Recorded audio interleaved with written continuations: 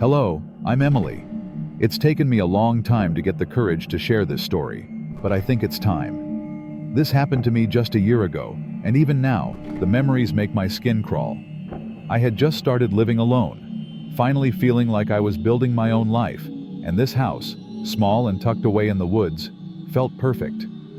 But one night, I discovered just how terrifying it can be to live far from help, alone, with no one nearby to hear you scream. It started with a sound. It was faint, barely audible through the thick silence that blanketed my small, single-story house.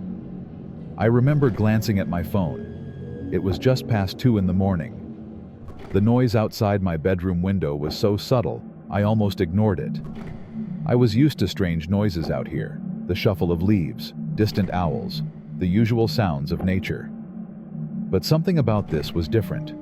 The shuffling was too slow, too deliberate. A twig snapped, and suddenly my heart was in my throat. I tried to shake off the feeling, convincing myself it was a deer, or maybe even a raccoon. But then I heard it. Heavy footsteps, right outside my bedroom window. I held my breath, every sense on high alert. The footsteps grew louder, circling the house slowly. There was someone outside. Panic washed over me. I crept out of bed, moving as silently as I could.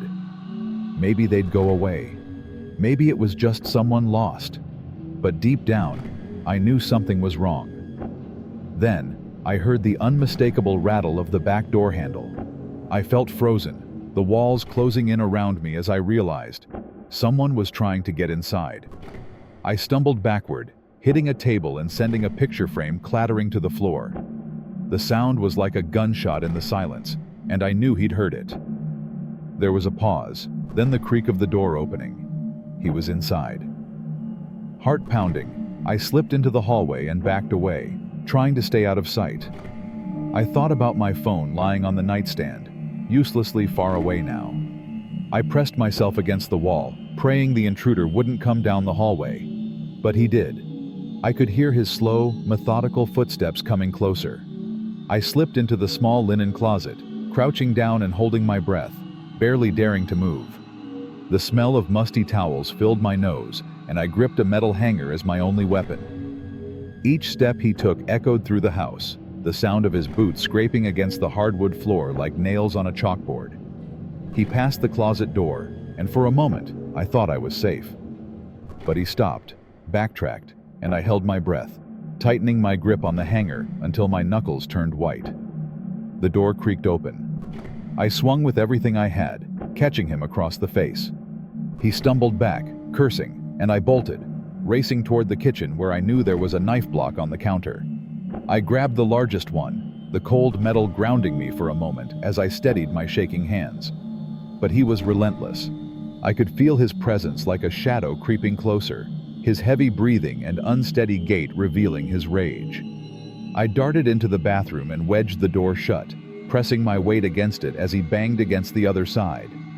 The door shuddered under the force of his blows, and I knew it wouldn't hold for long. In a desperate moment of clarity, I yanked open the window above the bathtub, climbing out just as he crashed through the door. I ran barefoot across the cold grass, my lungs burning as I pushed myself further into the night. I could hear him following, stumbling after me, his frustrated grunts echoing in the stillness. There was no way I could outrun him in the dark, not like this. I turned back toward the house, adrenaline giving me the strength to keep moving. Inside, I slammed the door behind me and jammed a chair under the handle, my mind racing as I tried to think of anything that could keep him out. But then he started pounding on the windows, his face distorted by rage as he peered in. I could see his eyes, dark and crazed, as he snarled and banged against the glass, his voice a terrifying mix of anger and desperation. I knew it was only a matter of time before he broke through.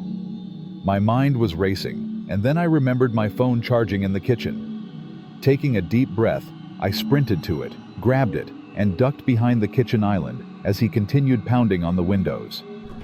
With shaking hands, I dialed 911, whispering urgently to the dispatcher as I heard the intruder trying to pry open the window latch. The dispatcher stayed on the line, her calm voice guiding me through each terrifying moment. She told me to stay hidden and keep quiet, that help was on the way. Every second felt like an eternity as he grew more desperate, his fists now slamming on the glass hard enough to make it splinter. Just as he managed to shatter the window, his arm reaching through to unlock the latch, I saw the flashing red and blue lights appear outside. He froze, turning toward the sound of the approaching sirens. He gave me one last, hateful look before he disappeared into the darkness. The police found him hiding in the woods nearby. In his pockets, they found a torn piece of paper with my name and address scribbled on it, along with a small knife. They said he had been watching my house for weeks, waiting for the perfect opportunity. Since that night, I've moved, trading in my quiet little house for a busy apartment complex where the sound of neighbors never stops. The fear never really goes away, though. I still wake up some nights, straining to hear a sound that's no longer there, but the memory of that night lingers, a reminder of how fragile our safety can be.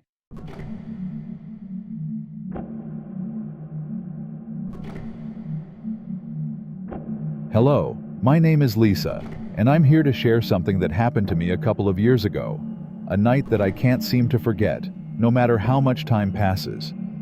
It all started like any other evening, or at least it seemed that way at first.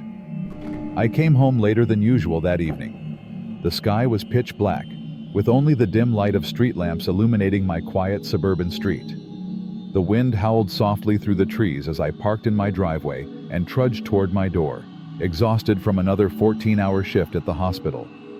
My only thoughts were of a hot shower and collapsing into bed. But as I approached my front door, I noticed something that made me pause. The window by the porch was open, just a crack. I frowned, the chill of unease prickling my skin. I never left that window open. I was meticulous about locking up before leaving. But after a moment, I brushed it off, thinking maybe I had left it open without realizing. Maybe I'd been too tired that morning. I shut the window, double-checked the lock, and went inside, flicking on the lights as I went. The house was silent, as it always was. I kicked off my shoes, hung up my coat, and stepped into the kitchen to pour myself a glass of water. That's when I noticed the kitchen light flickering, casting the room in a sickly, erratic glow. My landlord was supposed to fix that light weeks ago. But now, in the silence of the late night, the stuttering light seemed to pulse with a strange, unsettling rhythm, making shadows dance across the walls. I sipped my water, trying to ignore the eerie atmosphere, but a faint sound reached my ears. A faint, scratching noise. It was coming from the living room. The hairs on my neck stood up as I set down my glass and cautiously moved toward the sound. My eyes darted around the room, scanning for anything out of place, but the scratching had stopped, and there was nothing unusual in sight. "Get a grip," I whispered to myself, trying to shake off the fear. I forced myself to relax, though my heart wouldn't stop pounding. I went through my nightly routine, checking that all the doors and windows were locked, and climbed into bed, determined to sleep off the nerves. But as I lay there in the dark, I couldn't shake the sense that something was wrong. I told myself it was nothing, just a long day getting to me. An hour passed, and I was finally drifting off when I heard a faint creak outside my bedroom door. I froze, every muscle tensing, listening intently. The sound came again, the slow, deliberate groan of floorboards under pressure, like someone was pacing in the hall. My breath caught in my throat. Maybe it's just the house settling, I thought. But deep down, I knew that wasn't it. I could feel it in the pit of my stomach. I wasn't alone. Summoning every ounce of courage, I slid silently out of bed, reaching for the heavy flashlight I kept in the drawer. I crept to the door and pressed my ear against it, heart hammering as I tried to catch any sound. I waited, barely breathing. Then came another sound, a soft, unmistakable shuffle, closer this time, right outside my door. A jolt of terror shot through me. Someone was there. I backed away from the door, gripping the flashlight like a weapon. I could feel my pulse in my ears, drowning out every other sound. My mind raced, calculating my options. If I could reach the living room, my phone was on the coffee table, and I could call for help. But to get there, I'd have to go through the hallway and past whoever was standing on the other side of the door. I waited, hoping against hope that they'd leave. But the silence pressed in, heavy and suffocating. Just when I thought I couldn't take it anymore, the door handle rattled. I let out a strangled gasp, backing up until my knees hit the bed. The handle turned, and the door creaked open a few inches. In the dim light, I could see a figure, a man, his face hidden in shadow, his outline still as he stared into the room. My body acted on instinct. I switched on the flashlight, pointing it directly at him. For a split second, I saw his face, cold, expressionless, with dark eyes that bored into me. But the light seemed to throw him off. He stumbled back, raising a hand to shield his face, and that's when I bolted. I sprinted past him, out of the bedroom, down the hall, my bare feet pounding on the floor as I ran to the living room. I grabbed my phone, hands shaking so badly it took me 3 tries to dial 911. I choked out my address to the operator, my voice barely a whisper. "Please, someone's in my house." I could hear him moving behind me, footsteps approaching fast. I darted into the kitchen, heart pounding, and wedged myself into the corner by the counter, holding the flashlight like a weapon. The footsteps grew louder, closer, until I could see his shadow stretching across the kitchen floor. I could hear him moving behind me, footsteps approaching fast. I darted into the kitchen, heart pounding, and wedged myself into the corner by the counter, holding the flashlight like a weapon. The footsteps grew louder, closer, until I could see his shadow stretching across the kitchen floor. Then, the red and blue lights flashed through the window, illuminating the kitchen in a wash of color. A split second later, I heard the front door burst open and the heavy steps of officers flooding the house. I let out a sob, relief crashing over me as I sank to the floor. The intruder was gone by the time the police reached the kitchen. They searched the house, but he'd slipped out, vanishing into the night as quickly as he'd appeared. The officers told me he might have been watching me, waiting for the right moment, that I should stay with a friend until they investigated further. I spent the next few days at a friend's place, too afraid to be alone, my mind replaying those moments in endless loops.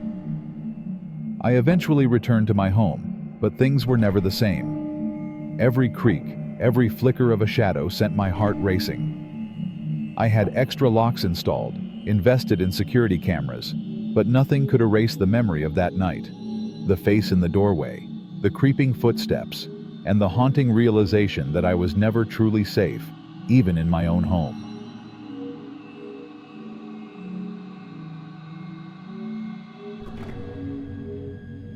It was late, well past midnight.